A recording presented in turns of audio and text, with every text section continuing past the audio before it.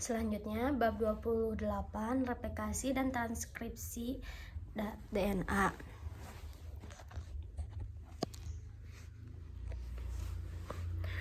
Kita telah menelaah struktur DNA dan sifat-sifat kromosom dan gen. Sekarang marilah kita lihat bagaimana DNA direplikasi untuk dihasilkan molekul-molekul turunan dan ditranskrip untuk dihasilkan DNA pembawa pesan yang bersifat komplementer.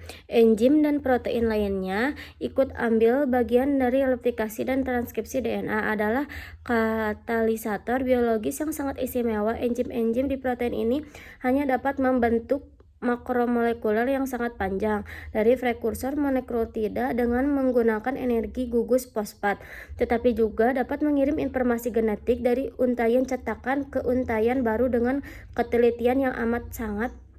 Sebagai tambahan, enzim-enzim ini harus memecahkan masalah mekanik yang rumit, karena DNA induk dupleks harus dilepaskan secara kerja enzim replikasi sehingga tersebut dapat membaca informasi yang tersirat pada urutan basa dalam dupleks. Lebih lanjut, pada sel-sel eukariotik, sistem replikasi harus mengatasi organisasi 3 dimensi, kromatin dan nukleosom yang kompleks. Enzim-enzim transkripsi juga menunjukkan sifat-sifat istimewa. Enzim tersebut tidak hanya dapat membuat sejumlah besar sel RNA yang beragam, tetapi enzim transkripsi harus memulai dan mengakhiri aktivitasnya pada titik tertentu pada kromosom sesuai dengan isyarat pengaturan yang diterima, sehingga harga gen tertentu yang ditranskripsi pada waktu tertentu di dalam siklus hidup sel. Polimerase mereproduksi transkripsi DNA. Dengan demikian merupakan alat yang sangat penting dalam mengabadikan informasi genetik. DNA melakukan replikasi semi konservatif. Hipotesa Watson-Crick mengusulkan bahwa tiap untaian sulur ganda DNA digunakan sebagai suatu cetakan bagi replikasi DNA turunan atau anak yang bersifat komplementer. Dengan cara ini, dua kompleks keturunan molekul-molekul DNA yang sama dengan DNA induk akan terbentuk masing-masing mengandung satu untaian utuh dari DNA induk. Hipotesis ini telah dibuktikan dalam percobaan yang cermat yang dilakukan oleh Matthew Meselon dan Franklin Stah pada 1957. Gambar 28 menunjukkan prinsip percobaan mereka. Mereka membutuhkan sel-sel E. coli selama beberapa generasi. Menunjukkan prinsip percobaan mereka membutuhkan generasi pada medium dengan amonium klorida NH4Cl. Digunakan berbagai sumber nitrogen, satu-satunya yang mengandung 15N isotop nitrogen berat sebagai ganti atom N yang biasa, yaitu isotop yang mengandung dijumpai 14N. Dengan demikian, seluruh komponen nitrogen yang tumbuh pada medium ini, termasuk bom pada DNA yang menjadi sangat diperkaya oleh DNA yang isolasi dari sel, menunjukkan densitas kira-kira 1% lebih berat daripada 14N. DNA normalnya, meskipun ini hanya merupakan perbedaan kecil, campuran DNA berat dan ringan di dalam larutan cesium klorida pekat dapat dipisahkan dengan sentrifusis. Cesium klorida digunakan karena larutan molekul ini menunjukkan berat jenis dan molekul DNA bila suatu DNA CSCl disentrifusi untuk waktu yang lama. Pada kecepatan tinggi, larutan tersebut mencapai suatu keseimbangan dengan CSCl membentuk gradien densitas yang berkesinambungan. Oleh karena gaya sedimentasi, konsentrasi CSCl pada dasar yang tabung lebih tinggi yang keseimbangan oleh karena gaya dimensitas.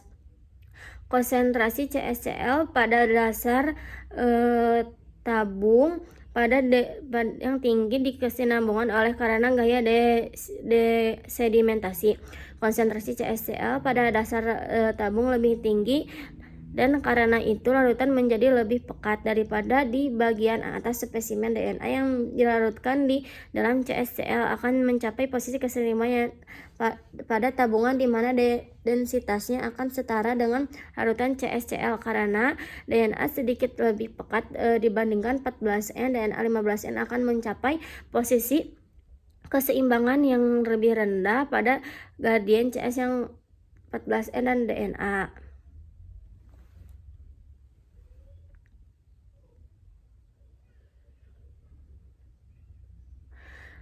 Meselon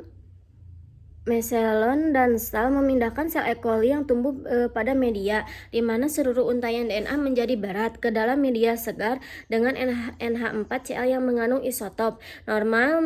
Media segar menunjukkan sel-sel ini tumbuh dalam media, sehingga mencapai sebanyak 2 kali. DNA kemudian diisolasi dari sel-sel yang densitasnya dianalisa dengan prosedur pengendapan yang telah disebut di atas. DNA hanya membentuk suatu pita tunggal pada gradien yang pertengahan densitas antara DNA ringan normal mengandung 14N dan DNA berat dari pertumbuhan sel-sel khusus pada 15N.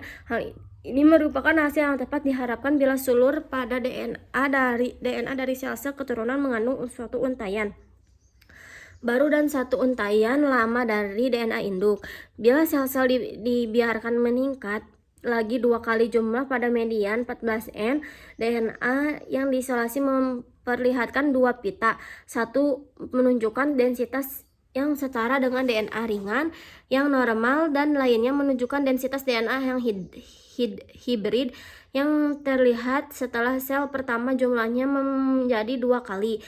Meselon dan Stahl dengan demikian tiba-tiba kesimpulannya bahwa tiap dupleks DNA keturunan pada 2 generasi sel-sel mengandung satu untaian induk dan satu untaian yang baru dibuat. Tepat dengan penyataan hipotesis Watson, jenis replikasi ini disebut karena hanya satu untaian induk dipertahankan pada tiap-tiap DNA keturunan. Pengamatan mereka dengan jelas meniadakan di mana suatu dupleks DNA keturunan mempunyai 2 untaian baru. Hal ini meniadakan suatu mekanisme penyebaran di mana setiap untaian keturunan DNA mengandung potongan pendek dari kedua induk DNA yang bergabung bersama acak. DNA sirkulasi melangsungkan replikasi secara dua arah. Kita telah melihat bahwa DNA bakteri dan berbagai DNA virus berbentuk salur ganda yang melingkar. Penemuan ini menimbulkan pertentangan tentang bagaimana lingkaran DNA direplikasi. Apakah lingkaran DNA mula-mula dipotong untuk menghasilkan suatu molekul lintas atau dapatkah lingkaran direplikasi sedemikian? Percobaan penting yang dilakukan oleh John Chines menunjukkan bahwa DNA sel E. coli utuh direplikasi ketika dalam bentuk lingkaran. Beliau membiarkan E. coli tumbuh dalam suatu media dengan timidin yang mengandung atom hidrogen radioaktif. Dengan cara ini DNA dalam sel-sel dibuat menjadi radioaktif. Bila DNA dari sel-sel diisolasi dengan hati-hati, maka bentuk rileksnya dan disebarkan di atas lempeng fotografik. Residu timidin radioaktif menyebabkan pembentukan suatu jejak seperti butiran perak pada lempeng yang disinari. Ini adalah bayangan dari molekul DNA. Dari jejak ini, cairan menyimpulkan bahwa kromosom merupakan suatu lingkaran besar, suatu dengan pola genetik lingkaran DNA E. coli, tetapi DNA radioaktif dan isolasi dari sel-sel selama replikasi pada genetik lingkaran DNA E. coli. Tetapi DNA radioaktif yang diisolasi dari sel-sel selama replikasi memperlihatkan tambahan bentuk simpul radioaktif. Cairan menyimpulkan bahwa simpul memperlihatkan tambahan bentuk simpul radioaktif. Cairan menyimpulkan bahwa simpul memperlihatkan tambahan bentuk simpul radioaktif. Cairan penyimpul bahwa simpul pada DNA adalah hasil dari pembentukan dua untayan keturunan yang sifat radioaktif masing-masing pada DNA adalah hasil pembentukan dua untai keturunan yang bersifat radioaktif yang masing-masing bersifat komplementer terhadap untayan induk pada saat awal replikasi bergerak seputaran lingkaran DNA.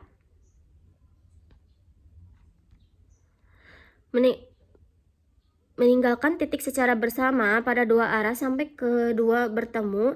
Pada titik ini lingkaran dupleks keturunan yang lengkap berpisah masing-masing mengandung dua untayan lama dan satu untayan baru. Kromosom mengandung satu titik awal tepat garpu replikasi dimulai. Ini adalah deret nukleotida dari 100 sampai 200 pasang basa. Tanpa deret ini DNA tidak dapat direplikasi daerah dikenali oleh protein sel khusus yang kemudian siklus replikasi pada titik ini pada titik awal inilah yang berada di bawah pengaturan seluler. Dari kecepatan pergerakan suatu garpu replikasi E. coli DNA baru dibuat pada kecepatan lebih dari 45.000 pada residu nukleotida per garpu per unit pada suhu 30 derajat Celcius karena setiap putaran penuh suhu pada mempunyai kira-kira 10 pasang basa. Bab 27 kecepatan pembukaan DNA induk pada suatu garpu replikasi dalam sel-sel E. coli melebihi 4.500 R per menit lebih cepat daripada perputaran mesin mobil yang bergerak pada 70 mil per jam. Kita dapat membayangkan bahwa ini adalah proses pembukaan dari replikasi yang sangat cepat, yang dapat menimbulkan beberapa masalah mekanika karena sifat salur pada molekuler DNA. Nanti akan kita lihat bagaimana sel memecahkan masalah ini. Jelaslah replikasi DNA eukariotik di atas dalam nukleosoma pada serabut kromatin pasti jauh lebih kompleks daripada replikasi kromatin bakteri. Namun demikian percobaan radiotografik seperti yang dilakukan oleh Chinese pada replikasi E. coli juga telah dilakukan untuk menentukan bagaimana replikasi DNA berlangsung pada eukariotik. Percobaan seperti ini telah menunjukkan bahwa DNA eukariotik juga direplikasi dengan cara dua arah, tetapi titik awal replikasi bergerak dengan sangat lambat, kurang dari 1/10 dari kecepatan E. coli karena kromosom eukariotik sangat besar.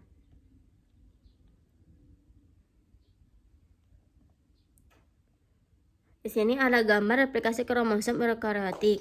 Akan dibutuhkan hampir 2 bulan untuk melangsungkan replikasi tersebut bila hanya ada sepasang garpu replikasi. Jawaban pemecahan dari masalah ini diperoleh dari penemuan bahwa replikasi suatu DNA eukariotik dimulai dari banyak titik awal secara serentak, barangkali lebih dari 1000 titik awal. Dari sini dua garpu replikasi bergerak secara serentak dengan arah yang berlawanan. Dengan sini dua garpu replikasi bergerak secara serentak dengan arah yang berlawanan. Dengan cara ini replikasi seluruh kromosom eukariotik dapat diselesaikan sedalam waktu yang lebih singkat daripada replikasi pada kromosom bakteri. Karena sel eukariotik mempunyai banyak yang kromosom, semuanya harus direplikasi secara serentak. Dengan demikian ribuan garpu replikasi bekerja secara serentak di dalam sel inti sel eukariotik.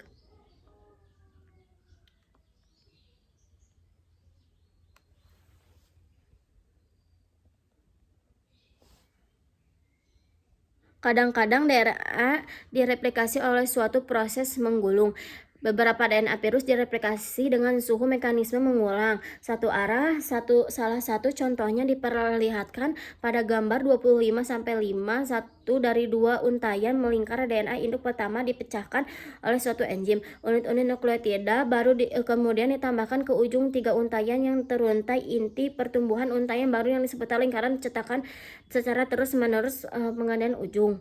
Untayan yang telah terpisah dari lingkaran cetakan yang menggulung dengan berlanjutnya pertumbuhan untai baru yang telah berpisah secara menjadi suatu cetakan linear bagi sintesis suatu untayan yang bersifat komplementer. Sekarang bentuk dupleks diperpanjang sampai membentuk untayan DNA yang bersifat kompleks dengan salah satu lingkaran cetakan induk. Ekor dupleks dapat diuraikan oleh salah satu enzim dan potongan dari DNA lain, baru dimulai pada ujung kelima dari untayan DNA. Dengan cara ini banyak turunan komplementer dari suatu lingkaran untai tunggal DNA yang dapat dilepaskan dari suatu lingkaran cetak.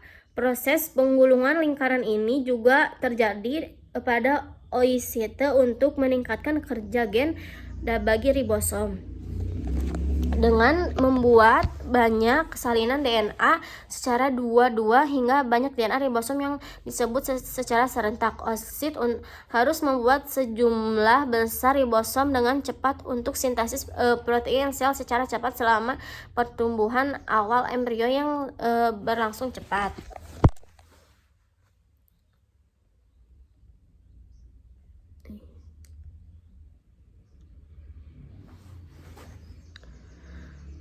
Ekspresi bakteri mengandung polimerase DNA. Sekarang kita telah melihat keistimewaan keseluruhan aplikasi DNA.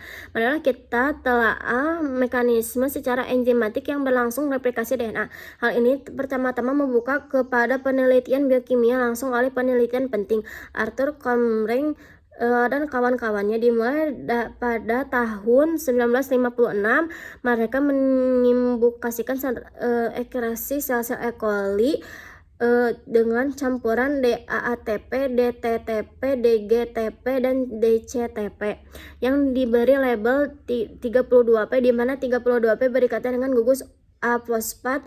Mereka menemukan bahwa sejumlah sangat kecil DNA baru ditemukan mengandung isotop. Pada gugus fosfatnya, enzim yang mengkatalisa reaksi ini yang sekarang disebut polimerase DNA kemudian dapat dimurnikan dan sifat-sifat ditelaah secara terperinci. Enzim ini dikembangkan mengkatalisa penambahan unit deoksiribonukleotida secara berurutan kepada ujung untaian DNA dengan pembebasan pirofosfat anorganik trifosfat yang baru masuk. Persamaan reaksi dalam bentuk sederhana adalah DNMP per DNA plus DNTP sama dengan DNMP plus 1 plus PPI, di mana DNMP dan DNTP merupakan deoksiribonukleotida 5-fosfat dan 5-trifosfat secara berurutan. Bila salah satu dari keempat prekursor dihilangkan, tidak ada DNA yang terbentuk. Dengan demikian sintesis total terjadi hanya bila keempat prekursor nukleotida tersebut senyawa trifosfat keempat tidak dapat digantikan oleh 5-fosfat. Polimerase DNA mengkatalisa pengikatan kovalen unit deoksiribonukleotida baru melalui gugus X fosfat dengan ujung hidroksil bebas suatu rantai DNA yang telah lebih dulu terbentuk. Arah sintetis untaian DNA dengan demikian adalah dari ujung 5 ke ujung 3. Energi pembentukan tiap-tiap sambungan kerangka fosfat baru dihasilkan dengan pemecahan ikatan fosfat di antara gugus A dan beta fosfat dari prekursor deoksiribonukleotida 5-fosfat pirifosfat yang terbentuk akhirnya dipecah menjadi fosfat. DNA terjadi hanya bila ada beberapa sulur ganda DNA yang sebelumnya telah dibentuk dan sudah berada di dalam sistem. DNA yang telah dibentuk diperlukan untuk kerja polimerase DNA. Comrie dan kawan-kawan mempelajari kebutuhan DNA yang telah terbentuk dari kerja polimerase. DNA menemukan bahwa DNA yang telah terbentuk memegang dua peranan penting sekali dalam reaksi polimerase berbagai suatu primer dan berbagai satu cetakan.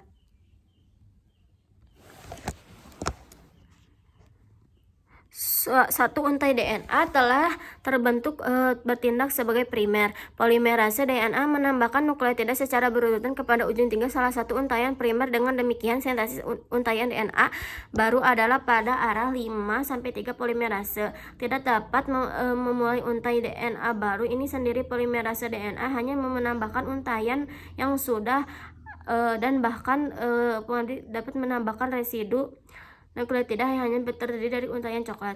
Nukleotida ditambahkan ke untaian primer sesuai dengan deret basa dari untaian cetakan mengikuti pasangan basa Watson bila residu tiamin terdapat dalam untaian cetakan. Residu adenin ditambahkan ke untaian keturunan dan demikian pula sebaliknya. Berupa dengan itu, bila suatu residu guanin terdapat pada untaian cetakan, residu sitosin dimasukkan ke dalam untaian keturunan dan demikian pula sebaliknya. Dengan demikian hasil polimerase adalah satu pasangan basa duplex 28. Perlihatkan gambar skematik dan kebutuhan DNA primer kerja polimerase DNA. Replikasi DNA membutuhkan berbagai enzim faktor protein. Meskipun penemuan Komreng dan kawan-kawan membuka pintu penelitian langsung mengenai replikasi DNA, kita masih belum punya suatu gambaran lengkap mengenai keseluruhan proses replikasi secara terperinci. Bahkan bagi DNA virus, hanya beberapa kromosom kecil tunggal. Sekarang melalui upaya Komreng dan banyak penelitian lainnya, kita tahu bahwa replikasi tidak hanya membutuhkan suatu polimerase DNA tunggal, tetapi barangkali 20 atau lebih jenis enzim protein masing-masing melakukan tugas khusus dalam proses dan rumit yang masuk replikasi DNA. Sel-sel E. coli mengandung 3 polimerase DNA berbeda dengan polimerase 1, 2, dan 3. Polimerase 1 DNA yang banyak adalah enzim seperti yang dijelaskan di atas. Meskipun Komreng dan telah memperlihatkan bahwa enzim replikasi molekul DNA kecil virus dalam tabung reaksi untuk menghasilkan DNA keturunan yang aktif secara biologis. Kita tahu bahwa polimerase 1 DNA enzim utama yang biasanya dilakukan sepanjang DNA. Polimerase 1 DNA berperan dalam replikasi, tetapi dengan satu cara yang khusus seperti yang akan kita lihat berikut ini. DNA polimerase 3 adalah enzim yang terutama berperan untuk panjang rantai DNA pada E. coli. Enzim ini berfungsi adalah bentuk suatu kompleks besar dengan berat molekul kira-kira 550.000 dengan disebut holezim polimerase 3 DNA. Sistem polimerase 3 mengandung JN2+ dan membutuhkan Mg2+. Sistem ini juga membutuhkan kedua untai cetakan dan primer, dan dengan menjelaskan demikian tidak dapat melakukan inisiasi replikasi serta polimerase 1 DNA.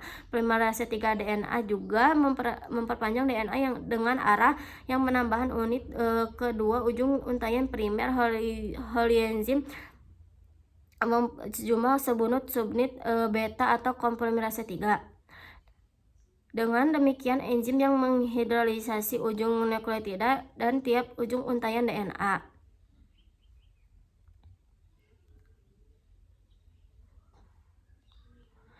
Replikasi sentak kedua untaian DNA menimbulkan masalah. Kenyataan bahwa polimerase DNA dapat menambahkan unit baru kepada DNA hanya dengan ujung 3 menimbulkan satu pernyataan penting. Kita telah melihat bahwa bila kromosom E. coli direplikasi, kedua untai tampaknya direplikasi secara serentak pada garput replikasi. Tetapi kita mengingat kembali bahwa dua untai dalam duplex DNA bersifat antiparalel. Hal ini berarti bahwa untaian DNA anak-anak dan pertumbuhan juga bersifat antiparalel. Saat untaian yang bertumbuhan mempunyai ujung 3 pada garpu dan lainnya akan mempunyai ujung 5 pada garpu, karena polimerase DNA dapat menambahkan nukleotida pada ujung 3 dan bukan pada ujung 5. Akan melihat bahwa polimerase DNA dapat memperpanjang hanya satu dari dua untaian yang bertumbuhan menemukan arah pergerakan garpu. Pertanyaan timbul, apakah ada dua jenis polimerase DNA, yang satu menambahkan residu baru hanya pada ujung 3 dan lainnya menambahkan residu pada ujung 5? Jawaban terhadap pertanyaan-pertanyaan ini ditemukan penyelidikan penting yang dibuat oleh Reiji Okazaki di Jepang. Dia menemukan bahwa selama replikasi DNA pada E. coli, yang bakteri lainnya banyak DNA yang terbentuk pada diamati oleh berbagai potongan-potongan kecil, potongan-potongan DNA yang sekarang disebut fragmen Okaji berbentuk 1000 sampai 20 basa. Okazaki membuat poster bahwa fragmen-fragmen ini menggambarkan DNA pendek yang direplikasi dengan cara tidak keseimbangan, dan kemudian bergabung bersama penemuan ini akhirnya membawa kesimpulan bahwa satu untai DNA direplikasi secara berkesinambungan pada arah 5 bergerak dalam arah yang sama dengan garpu direplikasi. Sedangkan keadaan menjadi lebih rumit dengan suatu penemuan yang tidak disangka-sangka setelah penemuan fragmen Okazaki timbul masalah baru, karena polimerase DNA tidak dapat memulai untaian baru. Bagaimana tiap fragmen Okazaki dimulai secara tidak sengaja, telah ditemukan bahwa pembentukan fragmen Okazaki dalam sel ekstra membutuhkan tidak hanya terdapat DATP, DGTP, dan DCTP dan DTTP, tetapi juga campuran ribonukleot dan 5 trisfosfat ATP, GTP, CTP, dan UTP.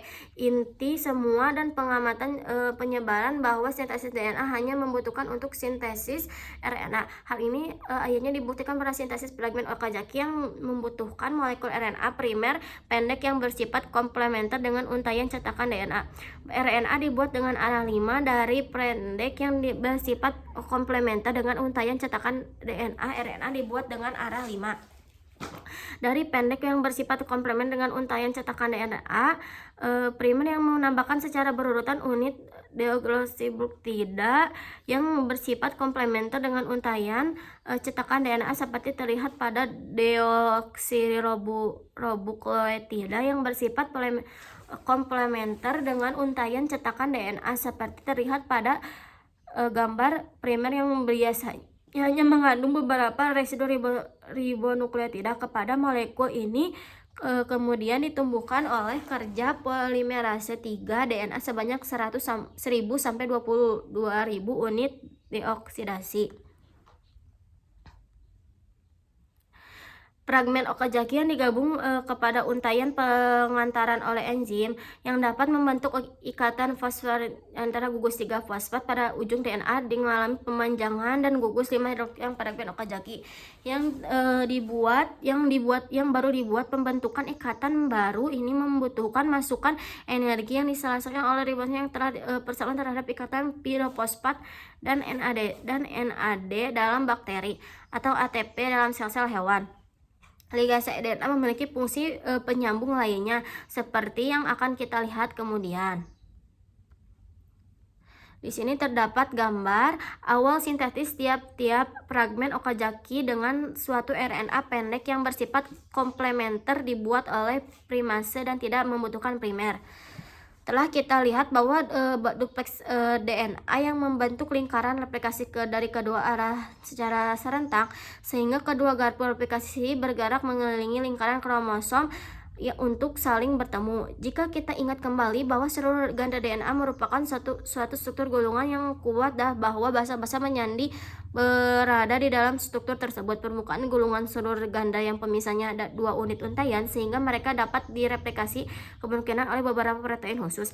Enzim yang dikenal sebagai helikase membuka gulungan potongan-potongan pendek DNA pada daerah sebelum garpu direplikasi. Karenanya memutuskan replikasi polimerase DNA berlangsung dapat memisahkan untaian pengawal dengan penambahan nukleotida pada ujung 3 protein khusus, kemudian yang DNA primer bagi